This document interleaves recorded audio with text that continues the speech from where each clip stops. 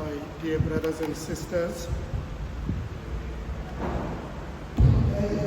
my presentation will be based on three topics. So let me give you a summary and then explore it. The topic I was given was to explore why Jesus came into this world and whether he still loves us. And I will explore that looking at the three solidarities about Jesus. And let me make a disclaimer that these are not my solidarities, but it's not my theory, but this is a theory by a moral theologian and an author, a French-Canadian, Father Brian Tremblay, who is a Redemptorist or a CSSR. He did his doctorate with a certain Professor Joseph Ratzinger. I'm sure you know. Joseph Ratzinger Yamazanit, Pope Benedict XVI. The solidarities, the three solidarities about Jesus are: one, who is with us; one, who is like us; and one, who is more than us. With us. Uma sihlehlela enkathini kaKhisimusi noma yokulindela ukuza kwenkosi, lapho nasisondela ngampela kuKhisimusi, sifunda u-Isaya umprofethe la ethi khona, bheka intombi iyakukhulelwa, ephendula u-Ahazi efuna isibonakaliso esivela ezulwini. Wathi nasi isibonakaliso engasithola, intokazi yokhulelwa izale indodana iqambe igama ithi ngubani? U-Emmanuel. So isolidarity yokuqala iqala lapha. The one who is with us. Phambi kokuthi uJesu afike emhlabeni, ukubikezelwa kwakhe kwasekuyikona okusho ukuthi lo ozofika la emhlabeni uzofika ukuze azoba kanye nathi, igama u-Emmanuel inkosi nathi. And interestingly, this name Emmanuel is what we use in as Catholics as what we call our liturgical greeting. The Lord be with you.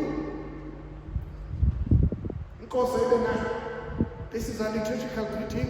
This is how a priest, a deacon greets you in or within the liturgy, and especially before he gives you blessings. We still underline this beautiful idea of Jesus who came to be with us. St. Paul explains that beautifully in the hymn that in just about 2 weeks sizongena kuleliya sonto esilibiza ukuthi isonto eliyingcwele, i-Holy Week. Holy Week iqala ngesonto lamaSundu. Ngesonto lamaSundu isifundo sesibili sangesonto lamaSundu sicashunwe encwadini uPawulos umphostoli ayibhalela abaseFilipi. That beautiful kenosis hymn of St. Paul's letter to the Philippians. So the student refuting and also telling the city.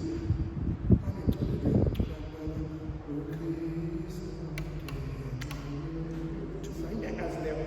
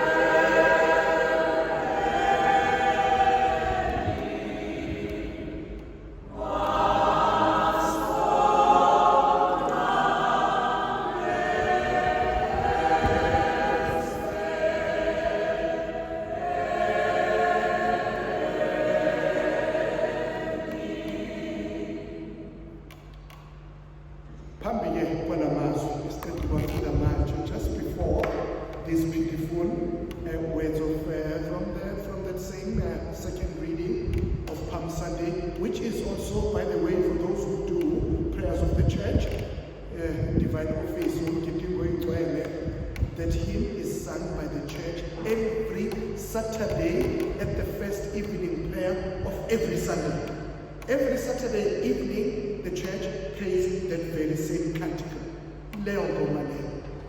which begins with words like, I will paraphrase, though he was in the form of God, Jesus did not count equality with God a thing to be grasped. He emptied himself, taking a form of a servant. Being born in the likeness of human beings, he became obedient even unto death, and death on the cross. So phambi kokuthi uJesu alalela waqale wavuma yena uqobo ukuthi enguNkulunkulu emkhulu engaka athabathe isimo sethu somuntu azidele azohlala kanye nathi. Ngabe sinesikhathi bengizothi ngikuphindeni futhi ningiphelele yacolo elithi Jesu wena umthanda ngesimculo.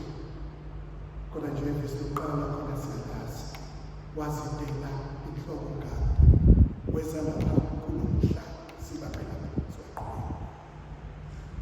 uPaulus umphostoli wenaba ngale mfihlakalo kaJesu oweza ezoba kanye nathi ngokuthi solidarity yesibili athabathe isimo sethu afane kanye nathi. Uma ifana kanye nathi kusho ukuthini lokho? Wezwa konke esikuzwayo,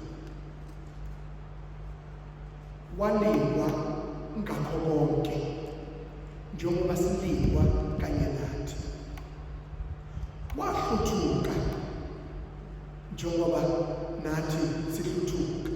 Kuleli sonto esiphuma kulona ivangeli esifunde kulona elikaJesu ehlanza ithempeli,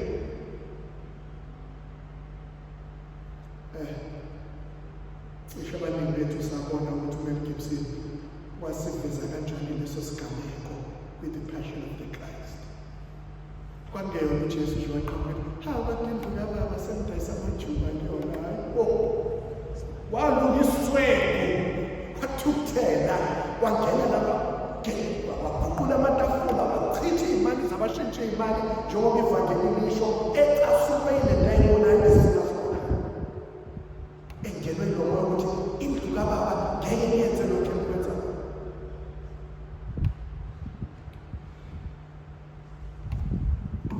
Wayekhathala njengathi sonke, mhlawumbe sibonakalisa sengazathi akanaki. Nizokhumbula besolwandle nabafundi bakhe, ulwandle lubhekene ney'vunguvungu kungazathi isikebha bakusona sizoguquka. Isifundo uPhapha sithatha ngesikhathi i-COVID ihlasela, enza lo mkhuleko eSt Peters, kungekho muntu esontweni, kungekho muntu kwisikweqe.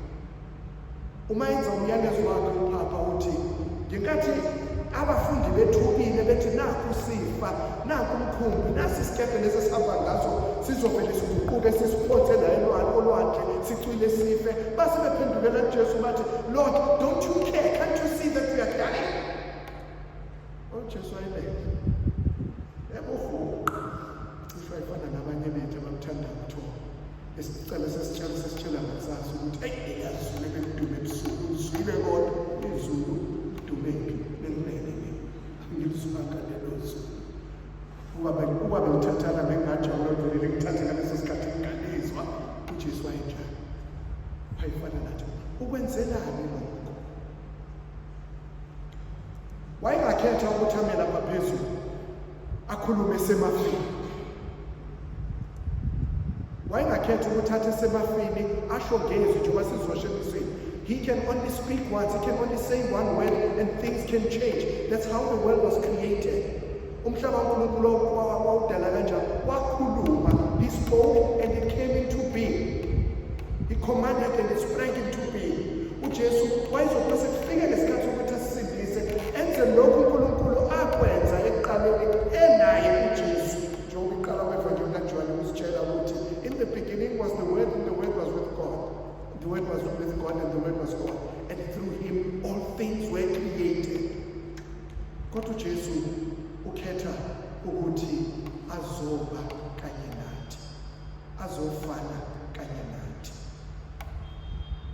Okungaphezu kwakho konke, uJesu wayezosambulela imfihlakalo ekungafanele nanini isilahlekele. Kwenye ikhathi siyahamba la sikhulume leyankulumo yokuthi hayi mina ngisenyameni, hayi mina ngisemoyeni, ayikho. Le nyama lena siyibuka sengazathi idelelekile. Yebo naney'khathi zikaJesu abaningi babeyibuka idelelekile. Ingakho leliya vangeli lela lelide lisasahluko eside esacasula abantu bathi siyamshiya lo Jesu lemfundiso yakhe sizwa uJohn 6 efundisa ngesinkwa esiyingcwele esehla ezulwini. Lapha bayesengena khona kwinjula yemfundiso yakhe wayesekhuluma ngokuthi ongayidli inyama yami aphuze igazi lami ngeke akubone ukuphila. Kodwa nami lo muntu uyasihlanyela uyazi ukuthi uchaza uthini ukudla inyama nokuphuza igazi. Asikwenzi thina lokho. Igazi nje lathina amaJuda lancosana khulumani nomuntu baqala bakushiya ngenxa yaleya mfundiso yakhe eyayithatha noma iguqula nokuyakudeleleka kwenyama, ikucwebisa, ikuphakamisa kwenyama negazi, kwenyama negazi layo. Leli athi namhlanje lingukudla kwethu njengoba efundisa esahlukweni sika-6 uJohn 6 where he teaches about him as the bread of life and calling us all to eat his flesh and drink his blood. Something that was not called for during his time. No human being could preach about that reality. But by so doing, he was not just glorifying his body, he was also glorifying us in the solidarity of being like us. That as this flesh is life-giving, and as this blood is life-giving, our own flesh and our own blood is rendered life-giving. Life-giving first and foremost to us, because it has been sanctified by the one who is the head of this body, to which we are all members. That is the solidarity. He came so that he can be intimately with us. Therefore, the meaning of Emmanuel, that prophecy of Isaiah that we reflect on ngekathi ukulindela ukuza kwenkosi nge-Advent, is at the center of why Jesus came to be with us. He couldn't just speak from above. He couldn't just make things happen ngokukhuluma nje kuphela, kodwa wathi uzokhuluma ngoqobo lwakhe.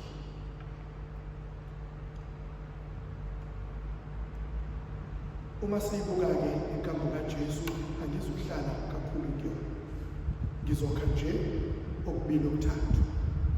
Inkambo kaJesu-ke yazibonakalisa ngokuthi ezimweni ezahlukeneyo uJesu akazange abalahle ababengabakhe. Yebo, nalabo babecabanga ukuthi elele emkhunjini uyalahlile, he doesn't care, he will let them die, why can't he intervene? Wabatshengisa ukuthi ngikhona. Wayesebafundisa ukuthi inkinga yenu ukuthi nizisabe ingoba ukholo ningenalo. Esifundisa esenyameni yakhe ukuthi ngisho noma ngabe isimo sinzima kanjani, uma unokholo uyakwazi ukubhekana nazo. Iyona mfundiso kaJesu le esisiholela kule solidarity esithathu yokuthi noma enathi efana nathi, kodwa ungaphezulu kwethu. Engaphezulu kwethu uyasimema nathi ukuthi asizoba njengaye kulolu dumo nobukhosi bakhe. And so, in the solidarity, the third one, where he is more than us. Again, he doesn't appear as someone standing on the pedestal beyond our reach. Someone we cannot embrace because he is beyond us. As beyond us, he calls us to reach him even at that level. Because that's where he wants us. As he sanctifies us with his body and blood. As a sisho kamnandi, ngeculo elidala lebandla, ingoma endala sisho emva kokwamkela. That beautiful song, Anima Christi, that soul of my Savior, sanctify me. Mphefumulo kaKristu ngicwilise. Siba kaKristu ngisindise. He became flesh so that in his body he can save us. Salvation that we received was from the cross. Him hanging on the cross in his flesh. That is the salvation he gave to us. When we look at him, as I said, in his Galilean ministry, Jesus was there at Cana in Galilee. I always like explaining that, maybe in terms that we can understand better. Imagine throwing them a big party and inviting all of us, and even telling us to tell you what it is that we quench our thirst with. Ukuthi sidlamuphumuthi ngokuphoyisa odlala yoba zokukhona khuleka ngifike ke njengoba ngifike lethi manje ngisuka la ngisuka khona la babe ngithume khona mangifika lapho ukuthi awusekho khona empty. What an embarrassment. Jesus came at Cana in Galilee when that cold room with drinks at the celebration at the wedding feast was empty. Just what I call no matter feel his heart, I will feel that empty cold. Not just with what is expected at this time of the feast.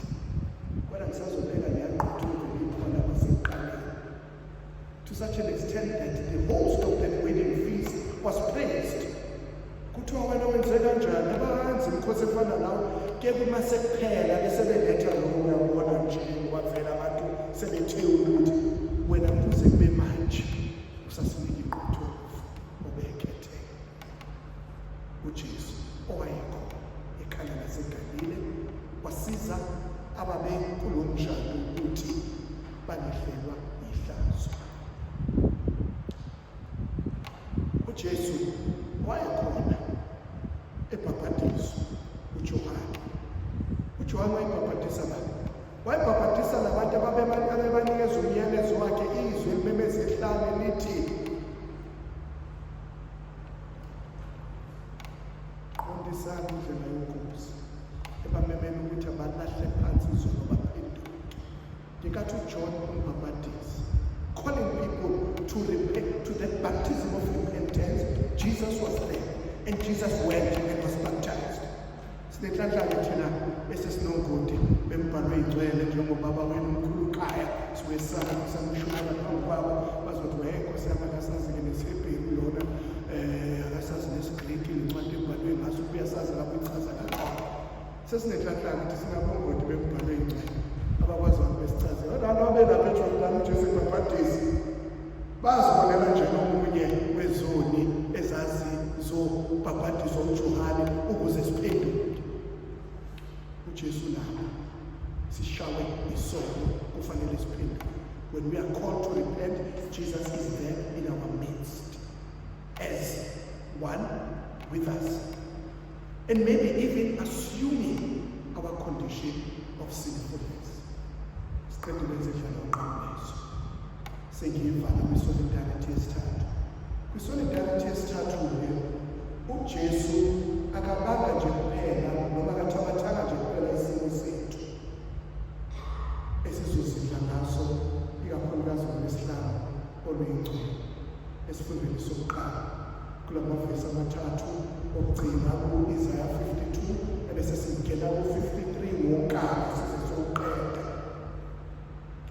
Yebo, ngasekupheleni kwa-52 kuthiwa le ncemu kaNkulunkulu iza kuphakanyiswa, idunyiswe. Kodwa masesingena ku-53, u-53 wayengabhekeki.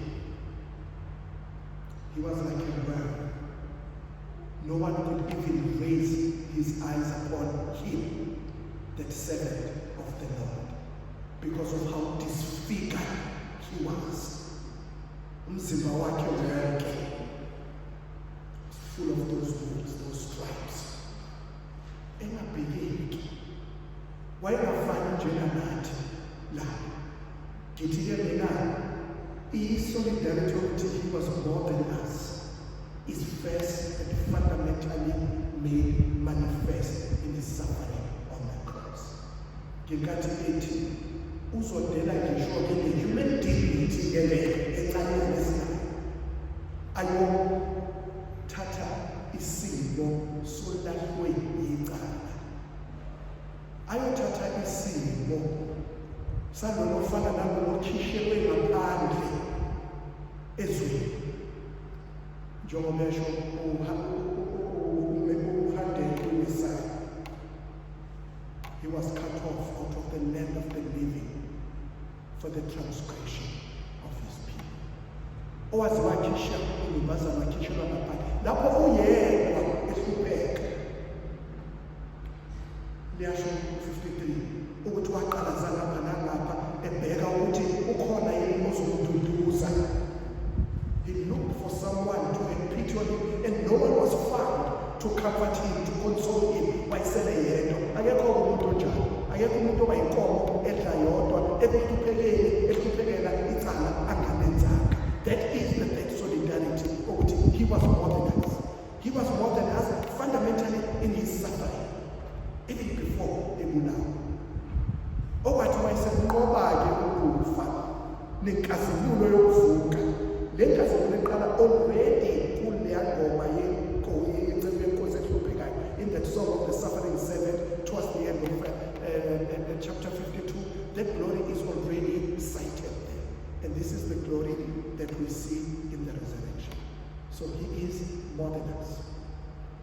Ukwenzele konke lokho, ukwenze ngoba esithanda.